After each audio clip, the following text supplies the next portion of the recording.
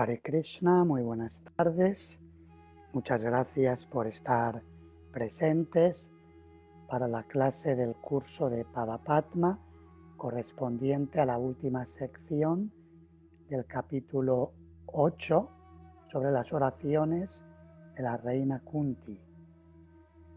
Esta mañana terminamos con el último verso de las oraciones de Srimati Kunti Devi.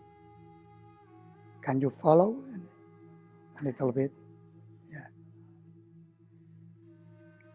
Terminamos el último verso y ahora pasamos a una sección en la que Maharaj Yudhishthira aborda a Krishna después de que Kunti Devi le haya ofrecido sus oraciones para pedirle que por favor que se quede unos meses más en Hastinapura.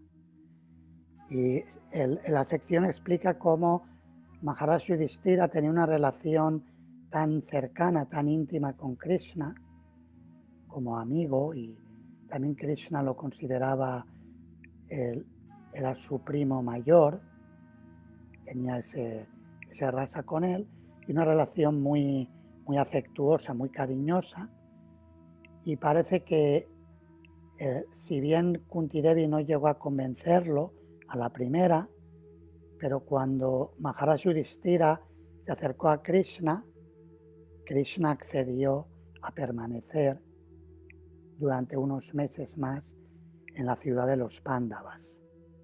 Y esto es lo que se explica en esta última sección. Antes de entrar a estos versos, el verso 44, hablado por Sutta Goswami, dice lo siguiente: Sutta uvacha pritayetam kalapadai parinuta kilodayaha mandam jaha savaikunto mohayanniva mayaya.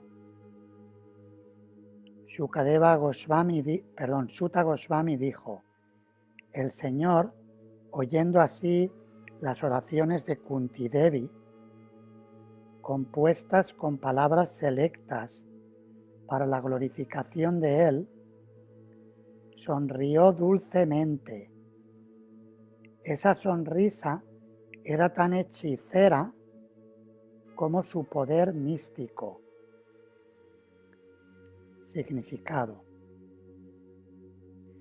se dice que cualquier cosa que en este mundo es hechicera es una representación del Señor. Las almas condicionadas que están dedicadas a tratar de enseñorearse del mundo material también son hechizadas por sus poderes místicos. Pero los devotos del Señor son hechizados de un modo diferente por sus glorias y por las misericordiosas bendiciones que Él les confiere. Por ejemplo, la creación material proviene del Yoga Nidra de Mahavishnu, una forma del Señor, y las almas condicionadas estamos hechizadas por ese Yoga Nidra. Nidra quiere decir sueño y yoga significa místico, sueño místico o sueño sobrenatural. Y nosotros estamos hechizados por esas energías del mundo material que son parte del sueño de Krishna. Pero dice que aquí que los devotos puros sienten atracción por las glorias de Krishna de un modo más personal, como Srimati Kunti Devi.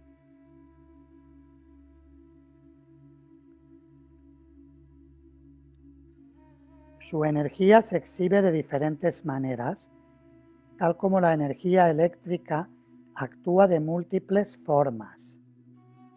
Srimati Kunti Devi le ha orado al Señor pidiéndole que tan solo enuncie un fragmento de sus glorias. Todos sus devotos lo adoran de esa manera mediante palabras selectas. Y por eso al Señor se le conoce como Uttama Shloka. Shloka quiere decir versos, Uttama quiere decir los mejores o versos selectos. Uttama Shloka es un nombre de Krishna que significa que a él se le glorifica con versos selectos. Ninguna cantidad de palabras selectas es suficiente para describir la gloria del Señor. Y sin embargo, dichas oraciones lo satisfacen tal como al Padre lo satisfacen incluso los balbuceos que profiere su Hijo mientras está creciendo. Es decir, que los versos que podamos ofrecer, aunque sea una poesía muy refinada, poesía sánscrita o en otras lenguas, nunca son suficientes para describir toda la gloria de Krishna. Y por lo tanto se comparan a los balbuceos de un bebé que trata de pronunciar las primeras palabras. Los bebés a veces, por ejemplo, cuando empiezan a hablar, hacen po, po, po, y la madre dice, oh, está diciendo Haribol, Haribol, mira, mira. El bebé está tratando de decir algo, ¿no? Ha dicho Krishna, ha dicho Krishna. Ha dicho Rama, ha dicho Rama. Algo parecido sucede. Nosotros tratamos de glorificar a Krishna le complace nuestra glorificación, pero si, comparativamente hablando, es una glorificación insignificante para lo grandes que son las glorias de Krishna. En el libro titulado Madhurya Kadambini, Srila Vishwanatha Chakravarti Thakur compara su propia poesía, la que él escribía cuando estaba glorificando a Krishna. En el momento que él se encuentra con Krishna, describe que el devoto que se encuentra con Krishna empieza a lamentar su propia poesía. Y dice que yo pensaba que componía versos muy hermosos comparando las partes de tu cuerpo trascendental con las flores de loto, pero ahora me doy cuenta que esa poesía, esos versos, son tan malos como comparar, ahora que te estoy viendo cara a cara, que puedo experimentar tu belleza trascendental, veo que esos versos era como comparar un mosquito con Garuda Deva, el ave trascendental, o comparar un garbanzo con el monte Meru. El monte Meru es una montaña de oro, la montaña más grande del universo, hecha de oro macizo. Imaginad compararte un garbanzo con el monte Meru de oro. No tiene punto de comparación. Entonces, esa poesía selecta, por eso dice Srila Prabhupada, son como los balbuceos del bebé tratando de decir algo. Y la madre y el padre se complacen mucho al escucharlo.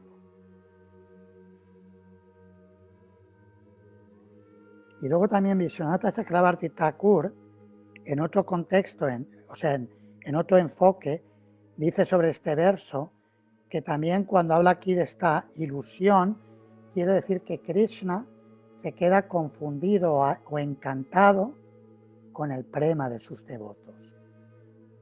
Cuando Krishna contempla el amor de sus devotos, él se queda encantado y por eso Krishna sonrió cuando escuchó las palabras de Srimati Kunti Devi. You understand? Krishna becomes enchanted, Vishwanatha Chakravarti Thakur says, with the prema of his pure devotees. Krishna becomes enchanted, captivated, and therefore He smiled in hearing the prayers of Srimati Kunti Devi. Verso número 45. Tambatam iti upamantria pravisya gajasavayam stejaschasva puram yasyan premnaraknya nivaritaha. Aceptando así las oraciones de Srimati Kunti Devi y entrando en el palacio de Hastinapura, a continuación el Señor les informó a otras damas de su partida. Pero cuando se disponía a partir, fue detenido por el rey Yudhishthira, quien amorosamente le presentó una súplica. O sea que a pesar de que Kunti Devi le había ofrecido oraciones tan bonitas, pero aún así Krishna tenía ya su plan y habló con otras damas del palacio que se cruzaron en su camino y les anunció que me estoy marchando. Sin embargo, a la Yudhishthira Maharaj con mucho cariño le abordó. Significado: nadie pudo hacer que el Señor Krishna se quedara en Hastinapura cuando él decidió partir para Dwarka. Pero el simple pedido del rey Yudhishthira de que el Señor se quedara ahí por unos cuantos días más fue eficaz de inmediato.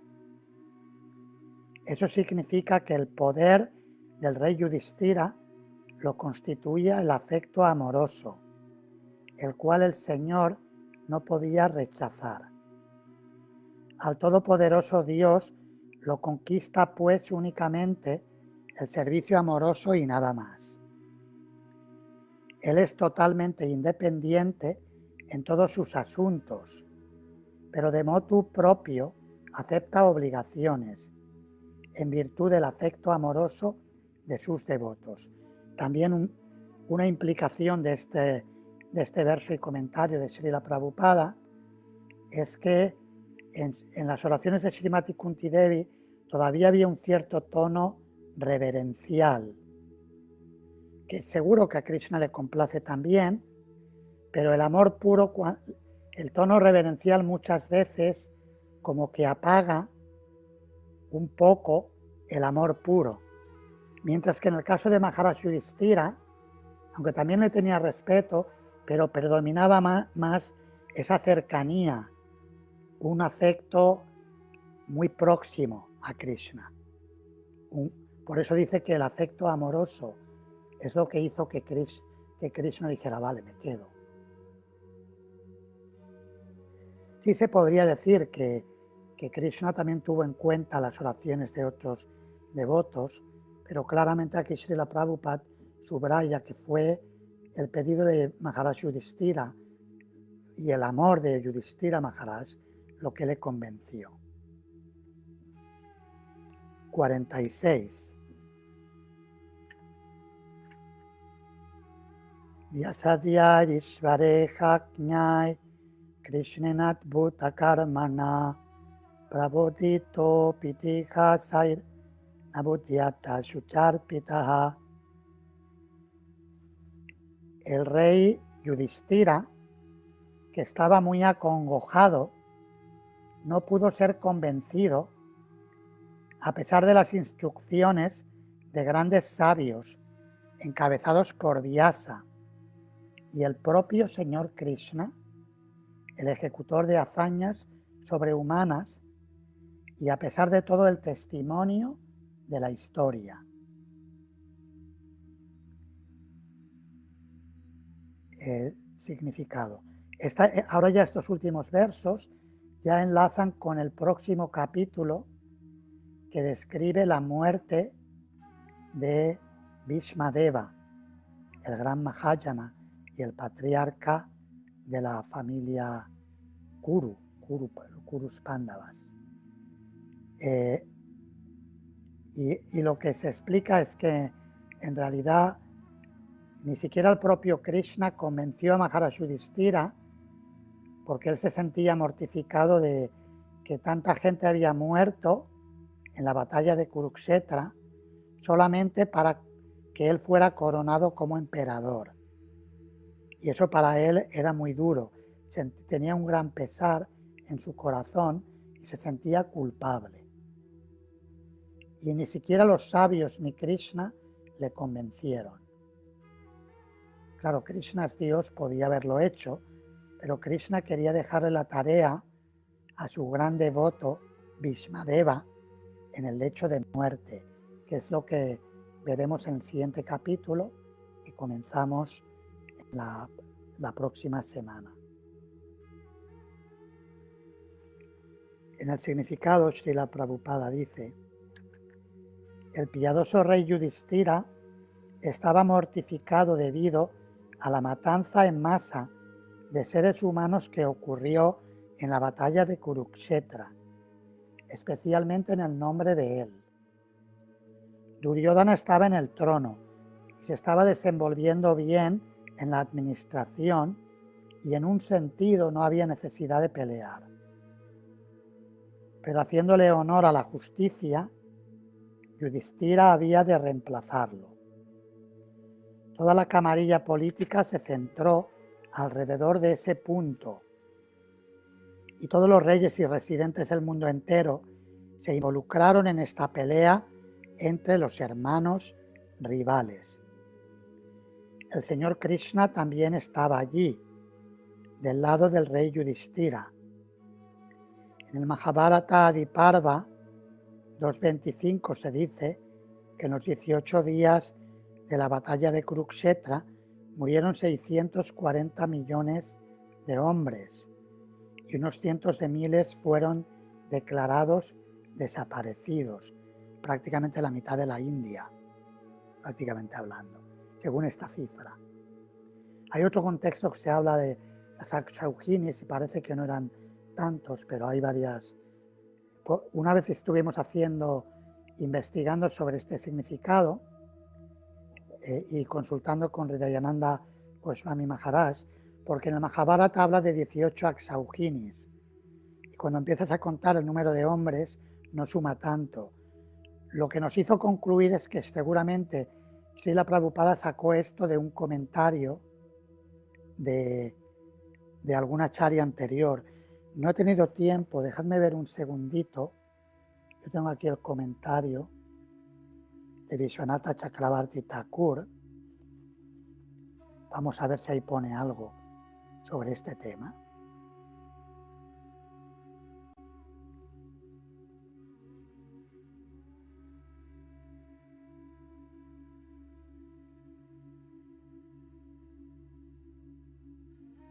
No, Chakravarti Thakur no habla de cifras, quizás Prabhupada lo sacó de su maestro espiritual o de alguna otra fuente que copió esa referencia. Porque en el Mahabharata se habla de 18 Akshauhinis, que es una cantidad menor de hombres. Pero en cualquier caso fueron millones de personas que murieron en la batalla de Kurukshetra. Fue una guerra muy fuerte. Y Chakravarti Thakur en su comentario dijo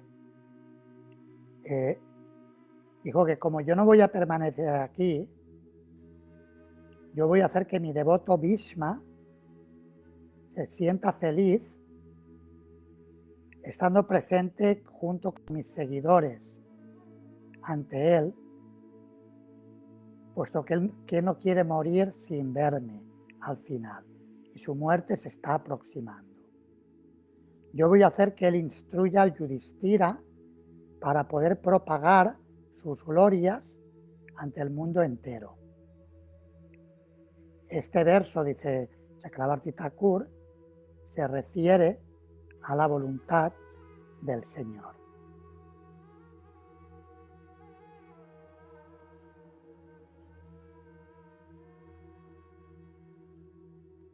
Esta fue prácticamente la batalla más grande que ha habido en el mundo en los últimos 5.000 años.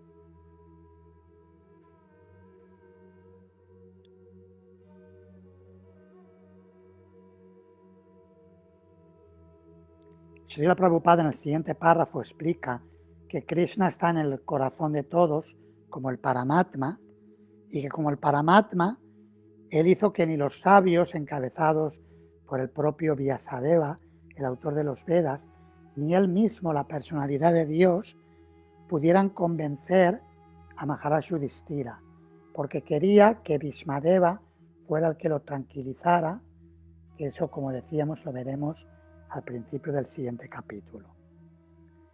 Verso 47.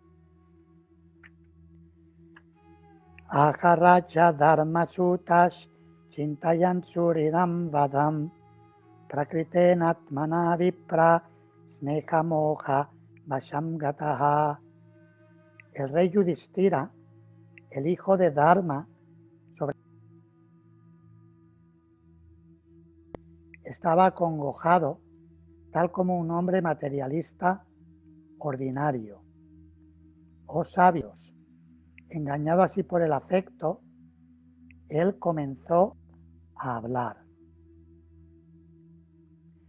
El significado Srila Prabhupada explica que normalmente los kshatriyas son gente fuerte y en el caso de Maharaj Yudhishthira, como el emperador, no se esperaba que se acongojara de esta manera. Sin embargo, Krishna está en el corazón y de la misma manera que puso en ilusión a Arjuna para hablar la Bhagavad Gita, también aquí hizo que Yudhishthira se acongojara como si fuera una persona común que se acongoja ante esta situación. También es cierto que había un elemento de piedad en el corazón un elemento grande de piedad en el corazón de Maharaj Yudhishthira, pero dice Prabhupada que por la voluntad del Señor, él se comportó como un hombre común porque había otro gran plan tras esa situación ilusoria. El rey sería instruido por Bhishma, tal como a Arjuna lo instruyó el propio Señor.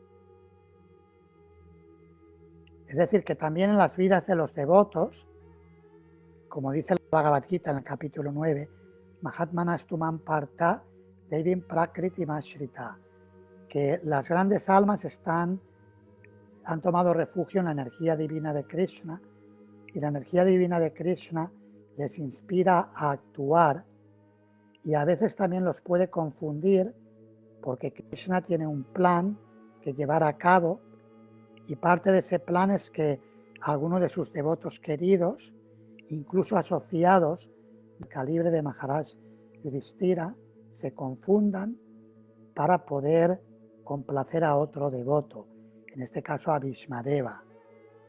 Él quería verlo en el momento de la muerte, que Bhishmadeva pudiera apaciguar a Yudhishthira. Eso también haría muy feliz tanto a Bhishma como a los Pándavas, que habían estado peleando enfrentados. Sería como una reconciliación entre estas grandes personalidades antes de la muerte. Y fue un arreglo de Krishna que esto ocurriera de esta manera. Ahome pashyata jnanam hridiruddham duratmanaha parakyasyai vadehasya bhavyomekshaukhinir hataha. El rey Yudhishthira dijo: oh, qué destino el mío. Soy el más pecador de todos los hombres. Tan solo vean mi corazón, que está lleno de ignorancia. Este cuerpo, que en fin de cuentas es para otros, ha matado a muchísimas falanges de hombres. Y ahora el significado Srila Prabhupada, la falange es una akshauhini, describe qué compone cada akshauhini. Dice: una sólida falange de 21.870 cuadrigas, 21.870 elefantes, 109.650 soldados de infantería y 65.600 soldados de caballería recibe el nombre de Akshauhini, y en el campo de batalla de Kurukshetra se aniquilaron muchas Akshauhinis. Maharaj Yudhishthira, que era el rey más piadoso del mundo, se hizo a sí mismo responsable de la matanza de ese inmenso número de seres vivientes, porque la batalla se libró para reinstalarlo a él en el trono. Al fin y al cabo, este cuerpo es para otros. Mientras en el cuerpo haya vida, el mismo es para el servicio de los demás. Y cuando está muerto, tiene destinado a ser comido por perros y chacales o por gusanos. Él lamenta que se cometiera una masacre tan enorme por semejante cuerpo temporal. El significado habla por sí mismo. Yudhishthira se lamenta por esa gran matanza en su nombre. Cuando él tiene un cuerpo, él considera como el de cualquier persona que va a ser alimento para los gusanos o para otros animales o cenizas en la pira funeraria. Baladvija Surin Mitra Pitri Bratri Gurudruha Namesyan Nirayan Moksho Yapivarsha Yuta Yutaihi. Yo he matado a muchos niños, brahmanas, bienquerientes, amigos, padres, preceptores y hermanos. Aunque yo viva millones de años, no me libraré del infierno que me aguarda por todos esos pecados. Significado. Siempre que hay una guerra, hay indudablemente una masacre de muchos seres vivientes, inocentes, tales como niños, brahmanas y mujeres, cuya matanza se considera que es el más grande de los pecados. Todos ellos son criaturas inocentes y en las Escrituras se prohíbe la matanza de ellos en todas las circunstancias. Maharaj Yudhishthira estaba consciente de esas matanzas en masa. Asimismo, había además en ambos lados amigos, padres y preceptores, y todos fueron matados. Era sencillamente horrible para él pensar en esa matanza, y en consecuencia él estaba pensando que residiría en el infierno por millones y billones de años.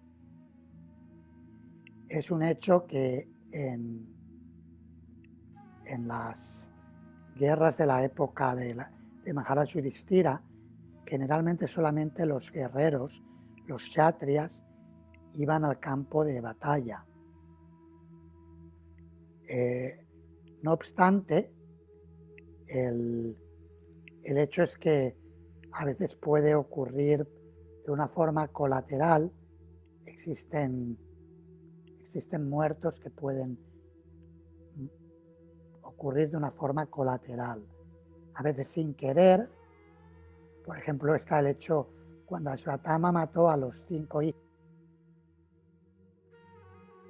en la batalla de Kurukshetra. Esto lo vimos en el capítulo 7. Eran chicos muy jóvenes. Y ellos, aunque Maharaj Yudhishthira directamente no los había matado, fue el enemigo, pero porque estaban en una guerra, él se hacía responsable de ese tipo de matanzas que habían ocurrido. O cuando Abhimanyu, que era también un hombre muy joven, recién casado, prácticamente hablando, cuando fue matado por los grandes generales, también él se consideraba responsable. Y luego había otros jóvenes que luchaban en el bando contrario, que murieron también. Y por eso él habla de este tipo de personas a las que él ha matado. Habla de familiares, de amigos, de tíos, de sobrinos, etc. Como Arjuna habló al principio de la Bhagavad Gita, antes de la batalla de Kurukshetra. Eso es como lo mismo, pero después de que ya ha ocurrido. Un contexto todavía más dramático, mucho más, porque ya los muertos están ahí. Una cosa es que te hablen, es como ahora toda la tragedia tremenda que hay en las Islas Canarias, concretamente en la isla de La Palma, donde ya hay como 360 casas sepultadas por la lava del volcán. Y la lava sigue avanzando, claro, va a ir al mar, luego vamos a ver qué efectos colaterales va a producir, pero ciertamente es una tragedia. Imagínate esas personas, sí que algunas personas comentábamos anteriormente con Sudama Prabhu, que algunas de esas personas era su segunda casa. En ese sentido no es tan grave si tienen otra casa, pero las personas que no tienen nada más y que el volcán les destruye todo, se tienen que ir prácticamente sin poderse llevar sus pertenencias con una bolsita muy pequeña. Imaginad la tragedia, es muy dramático. ¿Qué decir de una guerra donde tantos millones de personas mueren? Es muchísimo más dramático. Y por eso Maharaj Yudhishthira se lamentaba. 50. Naino Rajña Prajavartur Dharmayutte Vado Dvisham Itimena Tubotaya Kalpatesha Sanam Vachaha.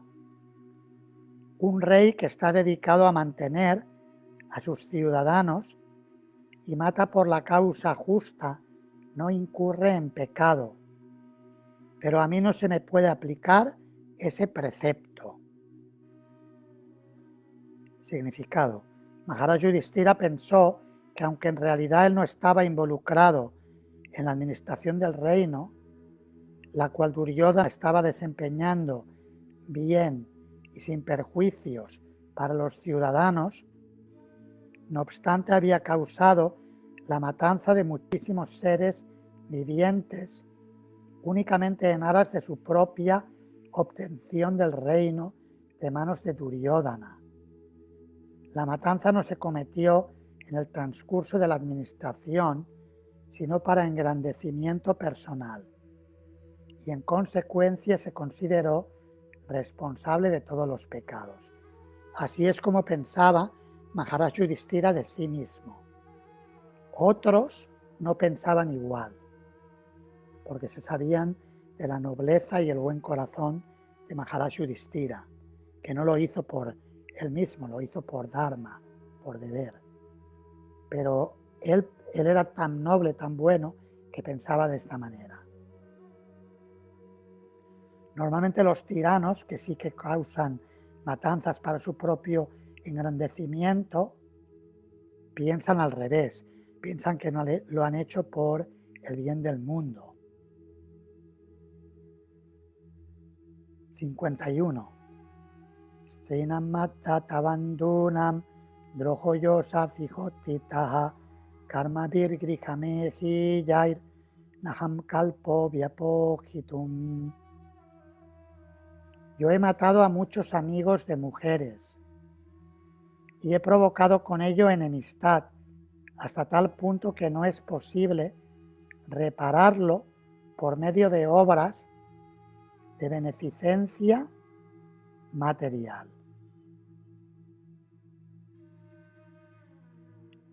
Srila Prabhupada explica en el significado que aunque Maharaj Yudhishthira había llevado a cabo sacrificios Ashvamedha, sacrificios védicos muy especiales que se realizaban en eras anteriores, en la era de Kali, no hay ni brahmanas capacitados, ni suficiente riqueza para poder desempeñarlos. Maharaj Yudhishthira sí lo hizo, pero aún así dice que la cantidad de karma que había acumulado no podía ser contrarrestada ni siquiera por todos esos sacrificios védicos que él había llevado a cabo. Y de hecho funciona así. El karma bueno no contrarresta el karma malo. Se puede cobrar el beneficio del karma bueno, pero hay que pagar el perjuicio del karma malo. Eso ocurre según el karma kanda. Solamente la trascendencia, el conocimiento trascendental y el bhakti, el servicio devocional puro, realmente queman el karma que se ha acumulado de acciones previas, pero no las actividades piadosas materiales. Y el último verso del capítulo: Yata pankena pankamba surayava surakritam putahatyam tataivaikam nayajnair mashritum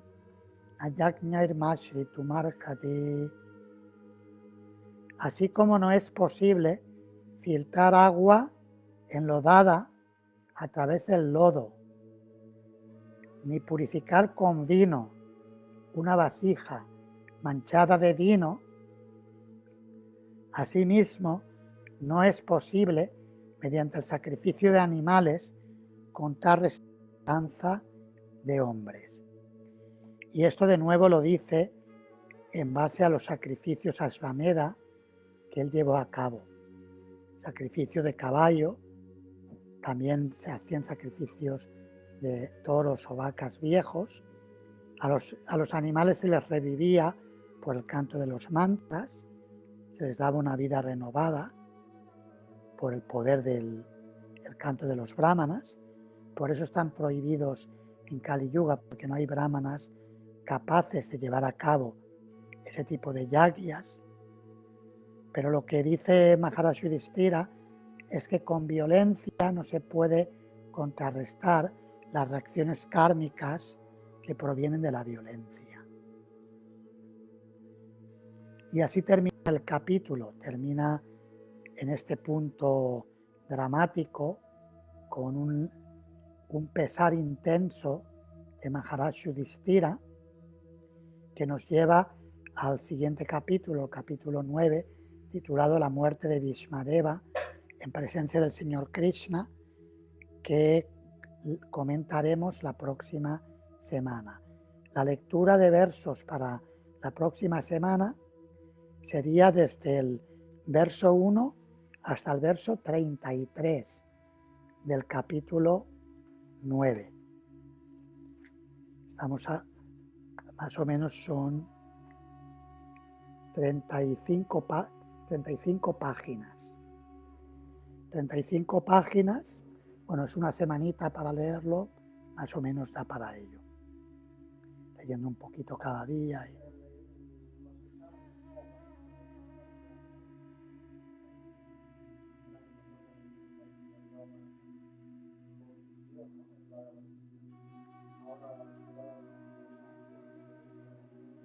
Si lo queréis dividido, podríamos hacerlo.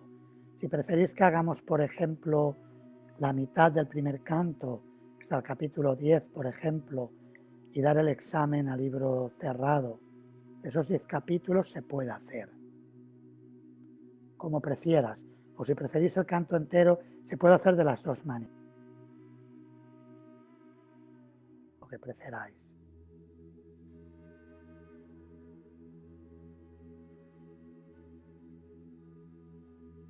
Eso ya... Sí, al llegar al capítulo 10 lo podemos decidir si queréis. ¿Alguna pregunta sobre el capítulo 8? Es un capítulo con mucha sustancia.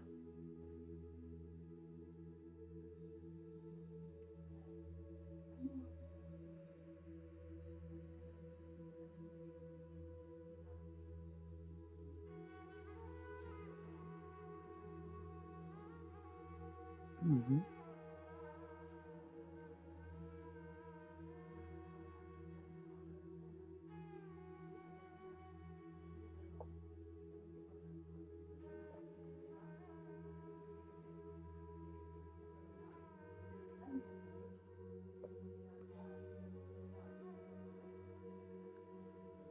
Uh-huh.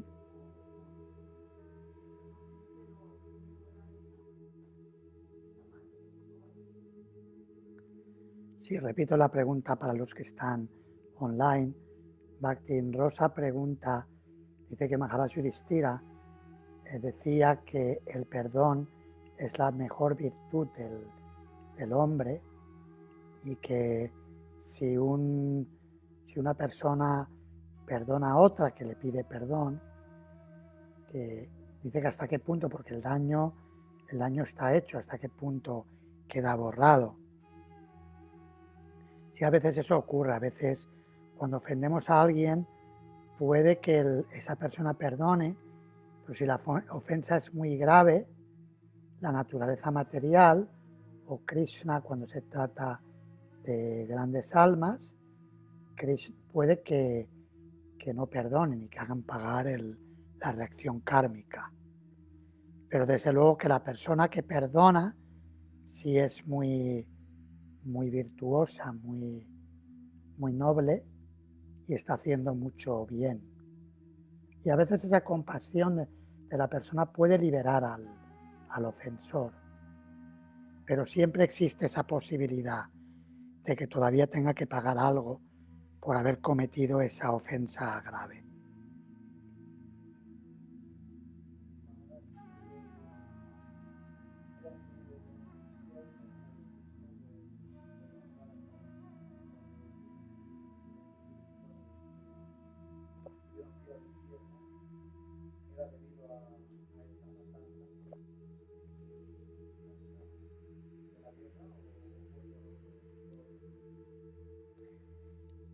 Sí, Jayadana Singha Prabhu dice que dice que en el Mahabharata hay una parte en la que se describe que Yudhishthira y sus hermanos tuvieron que pasar, aunque fuera un rato, pero tuvieron que pasar por el infierno. Y si es por esta matanza, generalmente los seguidores de la sección Karma Kanda de los Vedas tienden a interpretarlo de esta manera. Sin embargo, los Vaishnavas suelen decir que fue en realidad por dudar de las palabras de Krishna. Por cuestionar a Krishna, por ejemplo, cuando Krishna le dijo que dijera que Ashvatthama había muerto para que pudieran derrotar a Dronacharya, porque Dronacharya estaba haciendo una masacre en el ejército de los Pándavas, Yudhishthira dudó. Y esa duda de Krishna fue la que le hizo tener que pagar. Se interpreta de esta manera. Si bien es cierto que la versión del Bhagavatam no menciona nada de que hicieran escala en ninguna parte. De hecho, se menciona que fueron de regreso al mundo espiritual. Eso lo veremos en el capítulo 15 del primer canto del Srimad Bhagavatam, que los Pándavas regresaron directamente. Y si tenemos que escoger entre la versión del Srimad Bhagavatam o del Mahabharata, el Srimad Bhagavatam es una escritura con más peso que el Mahabharata, sin quitarle las partes meritorias que el Mahabharata tiene. Srila Jiva Goswami da el ejemplo en su Tattva Sandarbha, comentando sobre el Srimad Bhagavatam, que si hay dos autoridades y una dice una cosa y otra dice otra, la última palabra la tiene la autoridad superior. Si, por ejemplo,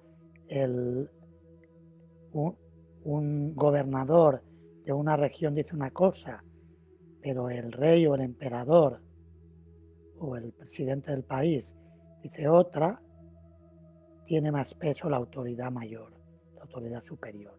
Evidentemente depende de la jurisdicción que tenga, pero cuando tiene jurisdicción, la autoridad superior tiene la última palabra. Entonces el Bhagavatam, como autoridad superior, nos da la versión de que los Pándavas fueron directamente a Vaikunta. Así se describe.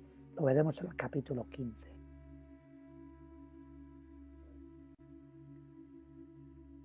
¿Alguna otra pregunta? Los que están online, tenemos 6 personas conectadas. Les ofrecemos reverencias. Todos los que están online. Han saludado a Albertina Farto, Ramananda Devidasi, Vinod Rai, Cristina Opris, Ishani Devidasi, Jiveshwara Nityananda Das, Gabriel Sánchez Herrero, Vaikunta Das, Mahashakti Madhavi Devidasi. ¿Alguna pregunta o comentario? Si no, lo dejaremos aquí y la próxima semana continuaremos el jueves por la mañana, 8 de la mañana hora española, y la segunda parte será por la tarde a las 5:30 de la tarde hora española. Ambas clases esperamos que se emitan por este foro de Facebook de Nueva Braya Mandala, con lo cual si a alguien no le va bien alguna hora, luego tiene acceso a ver la filmación en otro momento.